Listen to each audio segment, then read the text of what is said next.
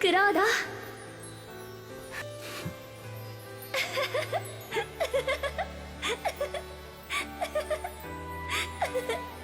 パパってあんな顔もするんだね。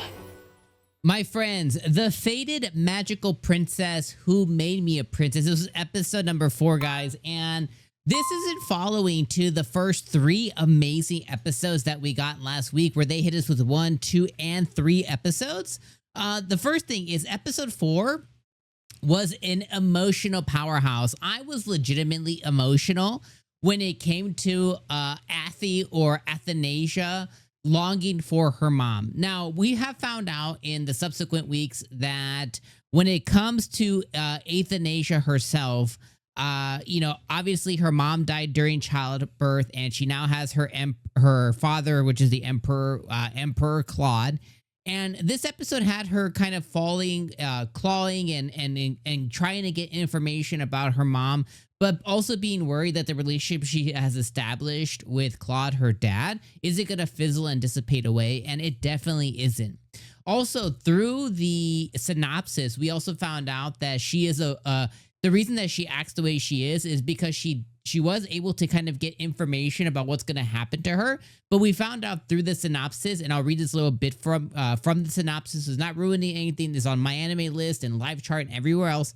The synopsis reads: when a woman from modern day Korea falls asleep with some sleeping pills, she later awakens in the infant body of Athanasia. So if you missed my video last time, we talked about the fact that she's a reincarnator here as well in this world. She's obviously has the mentality of a child because she's in the body of a child and she's kind of going through all those emotions. But she also has another power where she can kind of see the things that are going to unfold, and she kind of had visions, and she's able to have a connection with her mother and stuff. So that's where the longing for and trying not to really screw things up really comes into play. And this episode, I thought just, absolutely, it absolutely nailed everything. She reached out and found a picture of her mom, which was previously burned. We found out that her dad is struggling a lot with just keeping memories and keeping the memories of her mother.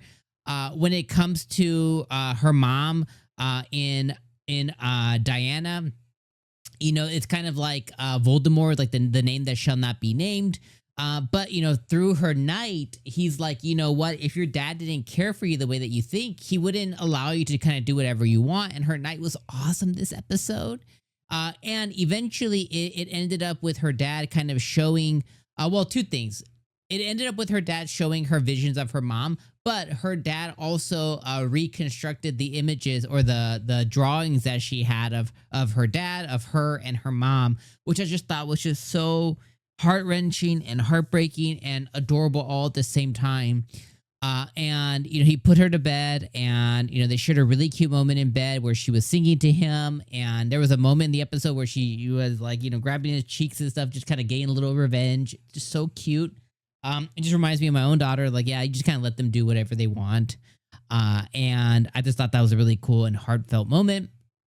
But then he also showed her the vision of Diana, which is her mom, and she saw her dad smiling like he's never smiled before. And she saw another side of him that, she's been ignorant to, just because of the way that, things kind of shook out and stuff. And it was just such a beautiful moment. And the last thing I'll say is the episode ended with a preview of next week, where it looks like she's going to encounter a black-haired magician of some kind, red eyes, black hair. And it looks like kind of stuff's going to hit the fan next week. But man, what a fantastic episode overall. I just thought it was so sweet between Athy and her dad and the knight, and wanting to really protect the relationship that she's kind of established with her dad so far, not wanting to, she feels like she's taken a step forward. She doesn't want to take 2 steps back kind of thing. And you just kind of felt the emotion that she continues to exude. And it's all under a package of just amazing animation too. Every time that they do magic or anything of that nature in this show, it's just really beautiful. And the studio is just chef's kiss. So yeah, another fantastic week of fated magical princess. This was just another great show, and I just enjoyed it. And I didn't even get to finish. I had some chicken nuggies today.